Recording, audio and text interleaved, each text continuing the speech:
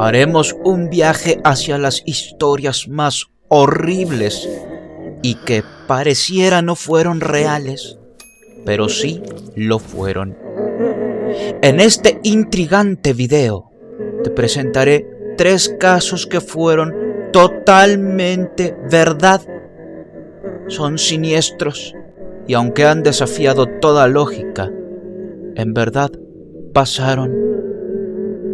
Adéntrate en la oscuridad mientras desentrañamos juntos los enigmas que rodean a estos eventos inexplicables. Prepárate para una experiencia que desafiará tu percepción de lo posible. Así que asegura las puertas y enciende las luces, porque te garantizo que estos 3 casos reales y siniestros te mantendrán al borde de tu asiento. Y después de escucharlos, estarás en tu día a día pensando en si algo parecido te va a pasar.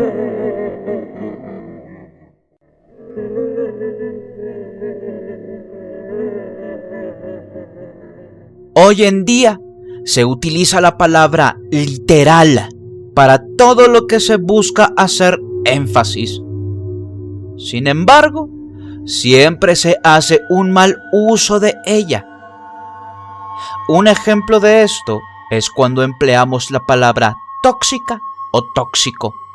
Lo hacemos en referencia hacia una persona que tiene comportamientos desagradables hacia su pareja y estos causan muchos problemas. Pero como te mencioné, está mal empleada la palabra. Pero, ¿qué pasaría si esta palabra se utilizara de manera literal? Pues hoy lo descubrirás con este primer caso. En la historia de la medicina hay sucesos que desafían toda explicación. Hoy conocerás la asombrosa historia de Gloria Ramírez, una mujer cuya tragedia médica dejó perplejos a los expertos y creó uno de los mayores enigmas en el campo de la salud. Gloria Ramírez era una madre de 2 hijos, quien luchó contra el cáncer cervical en fase terminal. Pero su historia tomó un giro oscuro cuando fue llevada de urgencia al Riverside General Hospital el 19 de febrero de 1994 debido a síntomas preocupantes. Su situación era crítica, con latidos cardíacos irregulares y dificultad para respirar. A medida que los médicos se esforzaron por estabilizar a Gloria, el ambiente en la sala de emergencias se volvía cada vez más tenso. A pesar de sus esfuerzos inalcanzables, la condición de Gloria no mejoraba. Había una sensación palpable de urgencia mientras se buscaban soluciones para aliviar sus síntomas. En un intento desesperado por controlar los síntomas de Gloria, se encontró una mezcla de fármacos de acción rápida.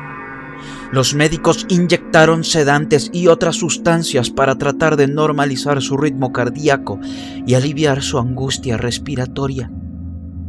Sin embargo, a medida que los minutos pasaron, la situación tomó un giro más inusual. El cuerpo de Gloria comenzó a emanar un brillo aceitoso y un olor penetrante, parecida al ajo. Algo así se apoderó del aire en el ambiente. Los médicos y el presente personal no podían ignorar esta extraña manifestación. Mientras los médicos continuaban su trabajo frenético, algunos comenzaron a notar síntomas alarmantes. Una enfermera que había estado en contacto con Gloria colapsó de repente, seguido por otros miembros del personal. La confusión y el miedo se apoderaron de la sala cuando más y más personas comenzaron a mostrar signos de malestar. Por algún motivo, la sangre de Gloria estaba ocasionando esto al personal médico. Durante este caos, una enfermera notó algo inusual en la muestra de sangre extraída de Gloria al observar la jeringa. Notó partículas extrañas suspendidas en la sangre. Sorprendida por este hallazgo, llamó a una médico residente, Julie Gorchinsky, para que examinara la muestra. La doctora Gorchinsky encontró la muestra de sangre y determinó el olor a amoníaco. Sin embargo, su curiosidad la llevó más allá. Observando las partículas, se dio cuenta de algo desconcertante. Dichas partículas eran inusuales y parecían no tener explicación lógica. Pero la historia tomó un giro aún más sorprendente cuando, uno tras otro, los miembros del equipo médico que habían estado en contacto con Gloria comenzaron a sentirse mal. Algunos se tambalearon, mientras que otros sufrieron convulsiones. La confusión se mezcló con el miedo mientras el hospital se sumía en un caos desconcertante. A medida que los minutos pasaron, el número de personas afectadas siguió aumentando. No solo los médicos y enfermeras que trataron a Gloria se vieron afectados, sino también otros pacientes y personal presente en la sala. La urgencia de salvar a Gloria se convirtió en una lucha por proteger la salud de todos los presentes. Y te preguntarás qué es lo que pasó con Gloria. Pues, lamentablemente, falleció por causa del cáncer. Pero, ¿y su sangre? Los investigadores se centraron en el DMSO, un compuesto que Gloria pudo haber utilizado para aliviar su dolor. Sin embargo, las dudas persistieron sobre cómo este compuesto inofensivo se convirtió en una sustancia potencialmente letal. También surgieron teorías sobre un posible laboratorio de metanfetaminas en el hospital. A pesar de los esfuerzos de los investigadores, el misterio detrás del caso de Gloria Ramírez sigue sin resolverse por completo. Las teorías varían y las coincidencias no encajan perfectamente con los síntomas experimentados. La historia de Gloria Ramírez se mantiene como un enigma fascinante y desconcertante en la historia de la medicina. Su caso sigue siendo una advertencia sobre los misterios que pueden surgir en el mundo de la salud. Y así, el suceso real de la mujer más tóxica de la historia permanece como un recordatorio de lo mucho que aún tenemos por descubrir.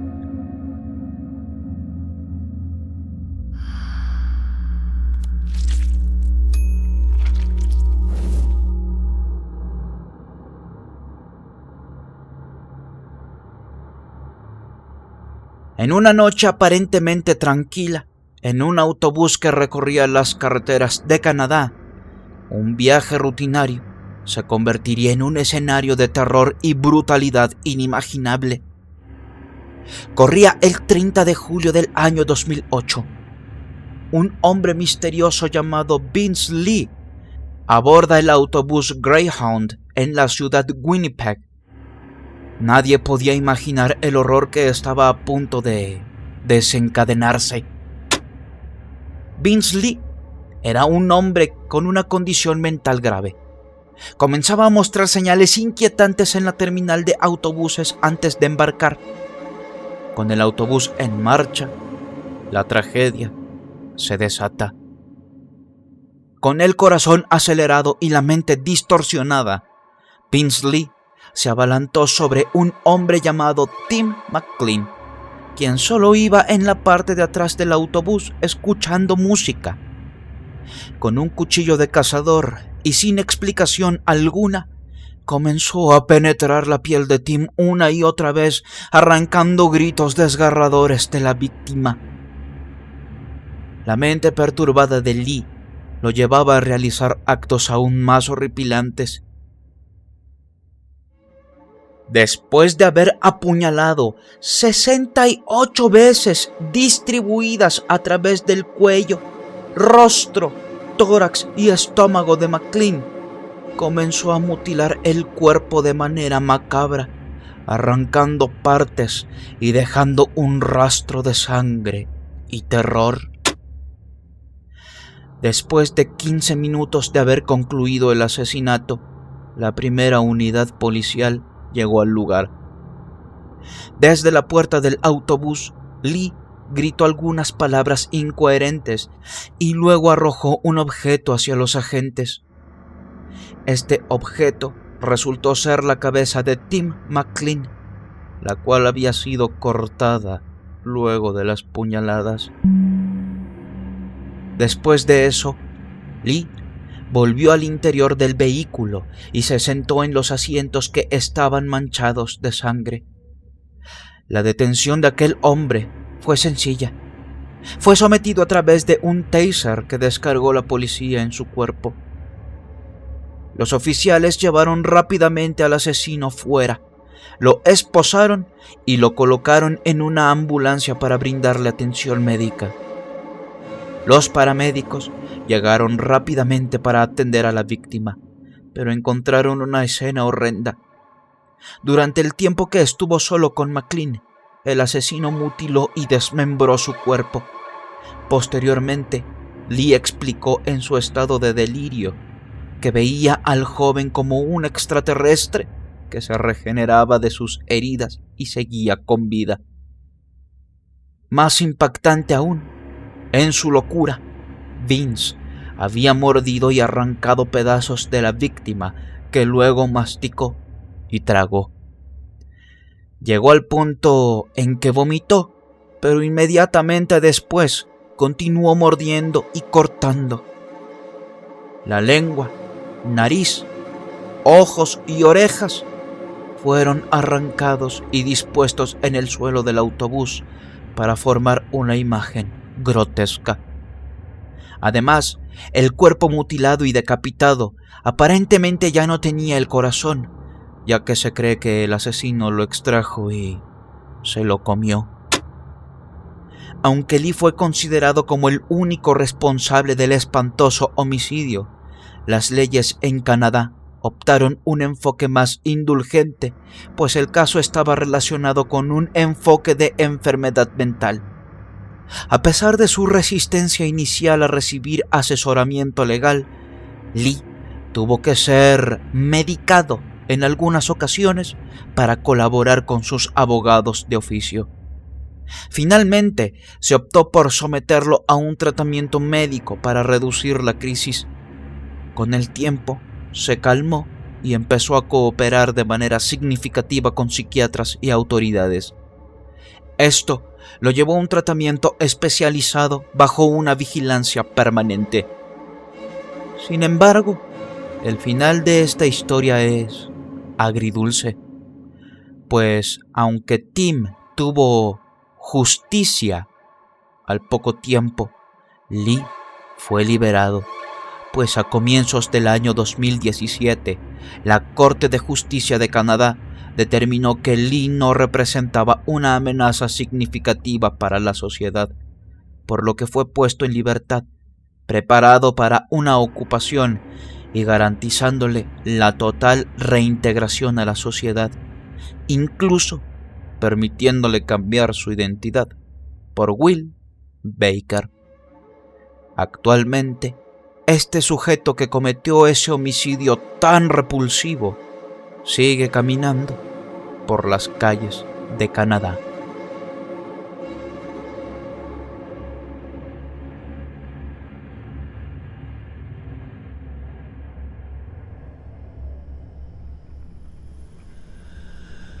«1928. Un evento de gran resonancia ocurrió en un remoto convento rural de Iowa, Estados Unidos. Uno que impactaría profundamente en la historia de los exorcismos. El protagonista de esta historia fue Theophilus Riesigner, un exorcista de renombre que se enfrentó directamente a las fuerzas oscuras de Lucifer en una batalla espiritual que aún perdura en la memoria colectiva. pero vamos a centrarnos en la historia de cómo pasó dicho exorcismo. Theophilus Risinger, un fraile capuchino originario de Appleton, Wisconsin, se destacó como uno de los exorcistas más prominentes de su tiempo. Durante su vida, llevó a cabo una serie de 22 exorcismos, pero fue en 1928 cuando se vio involucrado en el caso que se convertiría en uno de los episodios más notorios en la historia de los exorcismos, no solo en Estados Unidos, sino de todo el mundo en general.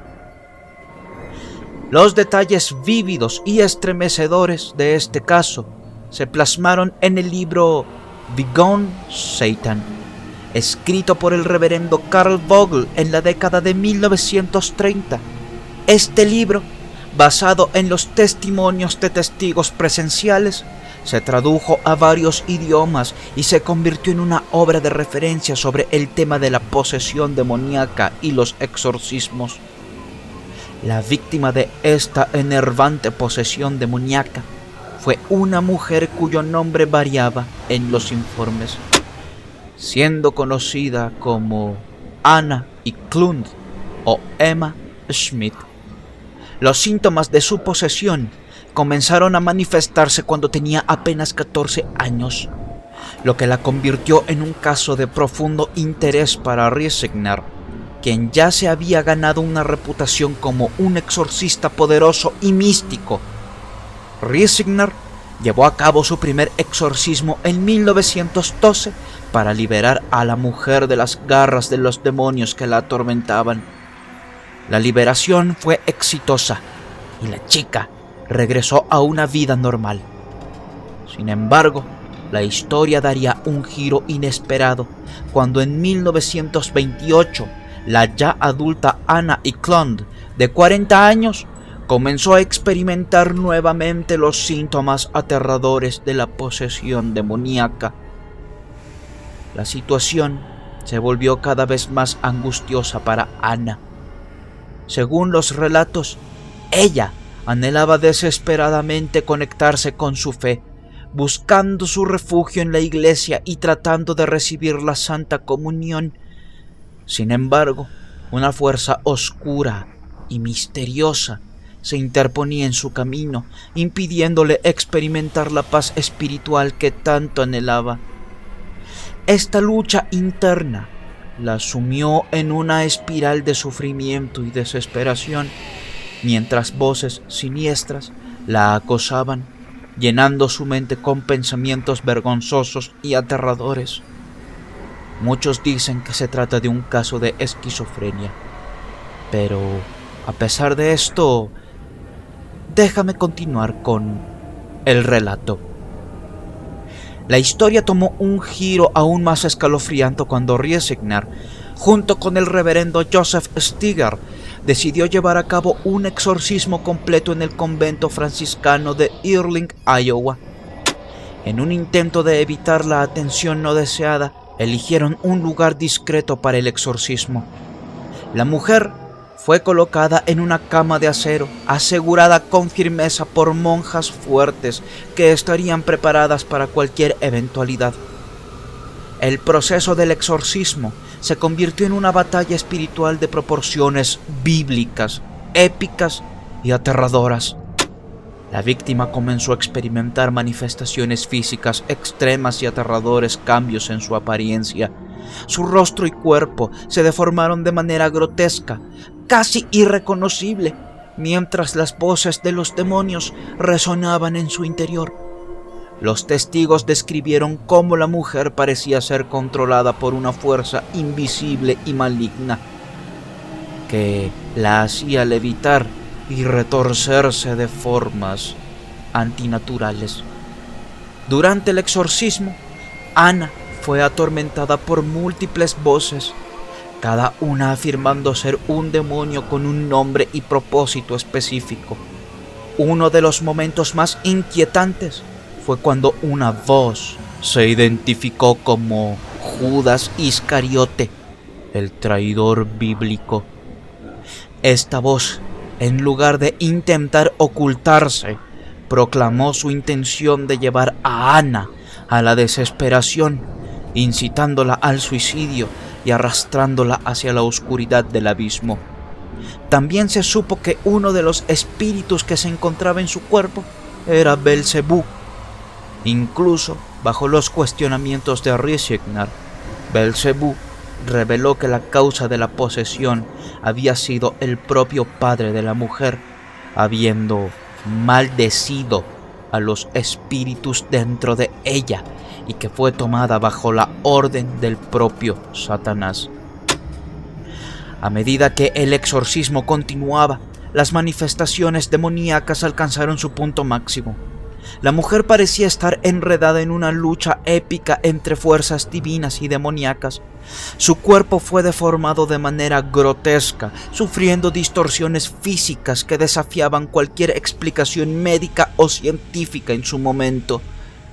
Los relatos describen cómo su piel se inflamaba, sus ojos se salían de las cuencas y su voz se transformaba en un coro discordante de tonos aterradores.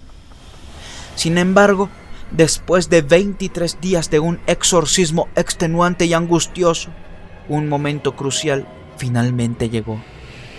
Agotado pero persistente, Risinger continuó luchando contra las fuerzas oscuras que habían acosado a Ana durante tanto tiempo. En un giro sorprendente y lleno de emoción, los demonios finalmente comenzaron a retroceder. La mujer cayó en un profundo desmayo y en ese momento se produjo un cambio palpable en la atmósfera. Un olor desagradable y misterioso llenó la habitación como si las mismas fuerzas del mal se estuvieran retirando. Ana despertó, consciente de que algo monumental había ocurrido. Miró a su alrededor. Sus ojos revelaron un atisbo de claridad y alivio. «Mi Jesús, gracias, alabado sea Jesucristo», pronunció con gratitud en su voz. La lucha había terminado y Ana estaba libre de las garras que la habían atormentado durante tanto tiempo. El caso de Anna y Clond se convirtió en un tema de controversia y debate en la misma comunidad religiosa. Algunos lo consideran como el primer exorcismo aprobado oficialmente por la Iglesia Católica, un evento que demostró la realidad de la posesión demoníaca y la lucha constante entre el bien y el mal. Otros, sin embargo, cuestionan la veracidad de los eventos, sugiriendo que podrían ser exageraciones o incluso llegando a las invenciones. Independientemente de la perspectiva que se adopte, el caso de Anna y Clond y el exorcismo llevado a cabo por Theophilus Risinger continúan siendo un recordatorio poderoso de la eterna lucha entre las fuerzas del bien y el mal. En la imaginación colectiva, las imágenes de la mujer poseída luchando contra fuerzas invisibles, logrando transformaciones físicas y finalmente encontrando la liberación, persisten como un testimonio fascinante y aterrador de los misterios del mundo espiritual y, en dado caso, del mundo mental.